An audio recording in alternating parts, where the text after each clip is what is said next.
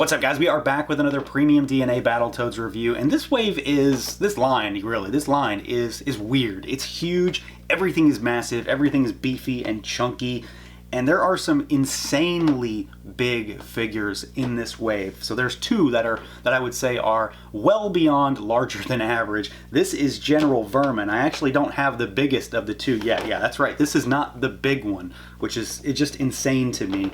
So we're taking a look at this absolutely enormous General Vermin figure, and he still comes in the same kind of packaging that the rest of the line comes in. So you still get a slipcover with the bad guy emblem. You got the Battletoads logo there on the top. And then, you know, I can't even manage to really film this thing correctly because of just how big it is. So we're gonna, you know, shake it out of there and get this guy out. But it's a huge, huge slipcover on a huge box. And yeah, there he is. This thing is insane in terms of how big the figure is, and then of course how big the box has to be. So you got him there in the window, of course, with all these heads and accessories. You've got cross-cell on one spine that gives us the rest of the wave, and then the other spine gives you some sprite artwork for this guy, and then the back of the box gives you a loadout, just like the rest of the stuff so far, showcasing all the stuff that is included with this. I mean, there's no easy way to say it. Absurdly sized figure. So yeah, let's do it. Let's pull them out and take a look. And here we go, out of the package are Battletoads General Vermin, so one of two really big figures in this first wave, but not the biggest, yet he's still really big, and he's also very heavy. This guy's like 3.5 pounds. It's a heavy, heavy action figure. There is a lot of plastic here. I would have never expected anyone would have done this, though, not at this size. I mean, he should be this big. He should be really big, but I would have never expected anybody actually would have done this because, I mean, it's a very, you know, in the best way possible, an impractically large action figure. So let's see what he can do, see how he moves around. He is still very similar to the Toads in particular. Still has a lot of movement, some limitations. Then we've got one thing to talk about in particular. So we've got a head that can tilt side to side a little bit. It can also look up and down a slight bit as well. And then, of course, you've got your full rotation. So pretty normal head system there. It's just he's got the wide jowls, so it sort of limits what he can do in certain areas. Arms are going to be able to go all the way out at the shoulder. You can rotate them, of course. We do have a bicep swivel, and then we've got double jointed elbows, but in this instance, he does have the big gauntlets, so of course that is going to limit you a little bit better than 90. And then you've got wrist hinges and rotation, no limitations there. As far as our torso, he does have a double cut system, so you've got a diaphragm cut, which allows for rotation, but it also allows for some forward and backward, but a decent bit of tilt side to side, which I really like. And then we've also got a waist twist, which I do find to be relatively loose on this figure, so that right there is kind of a worry to me because he's so heavy and a lot of that weight is up top. As far as your legs go, he's got legs that kick out to the side pretty far. They don't kick forward all the way unless you want to start twisting them, but you do have a thigh twist to sort of work around that. Your knees are double jointed. It's all pinless. Again, I didn't mention that, but it is all pinless. Knees are double jointed, but since he's kind of squat to begin with, you basically only get 90 degrees.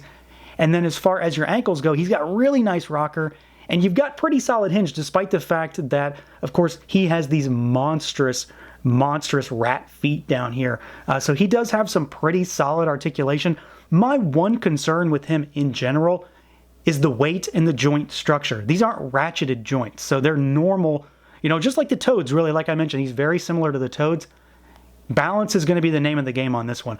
He's fallen over on me a number of times, but he's also stood up just fine for days as well. So you just have to find that right spot. I do think the waist twist, maybe at least on mine, does feel a little bit loose. I mean, not even a little bit, it's loose. But overall, he does feel really, really solid. I can't stress that enough.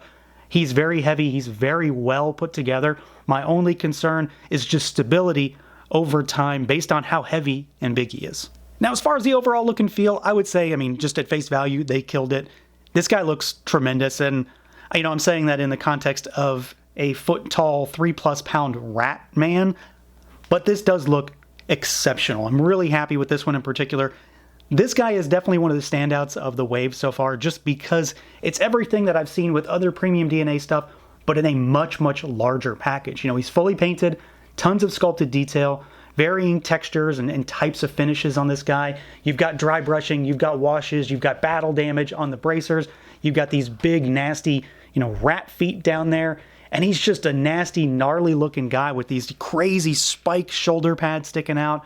You've got a good bit of dry brushing on the pecs to bring out what sort of looks like a furry texture. But it's really about the face for me, outside of the fact that he is, of course, absolutely massive. And we'll get to that here in a minute. But the face is really cool. We do have 3 total heads with this guy that kind of give us varying instances of General Vermin. So this is just his sort of slightly angry evil with the, with the damaged eye that's still exposed. You can still see like the eyelids and everything, but there's tons of paint up there. Great sculpted detail. I love the mouth. Really nice. It's got a little bit of a gloss to it to make it, of course, look a little bit wet and gross in there. But he's just a cool looking figure. This guy is undoubtedly going to be a focal point on any shelf because, well, he's big, but also because he is this purple and brown rat guy. So he just sort of draws your attention based on what he is. But I do think they definitely went the extra mile when it comes to actually making him this big. And, you'll really get an idea of what he looks like when I throw him with some other figures here in a minute. But he's huge. This is a very, very large, very imposing, very prominent action figure. He is just like every other figure that Premium DNA has made in just about every respect in terms of how he's put together and everything like that. He's just bigger. And there's a lot of presence with this guy. I'm really surprised, again, that they would have even gone this route to make him this big, because it's pretty ridiculous when you think about this in the context of this line. All these other figures, are relatively normal. And then we've got this big monster rat dude that is going to tower over almost everything in this line. So it's not just this figure. There's, of course, another big one. But I think for what this is and the price point and how much detail has been crammed in here, this guy is really solid. He looks tremendous. Sculpt is great. Tons of paint. And just a really weird, goofy looking figure. Now for some size comparisons, let's kind of run the gamut here. So we've obviously got General Vermin in the middle. Here's one of our toads on the left. We've got a Mythic Legions ogre scale figure on the right. And as you can see, he absolutely towers over these guys. Let's do a few other lines, and he's going to tower over essentially everything.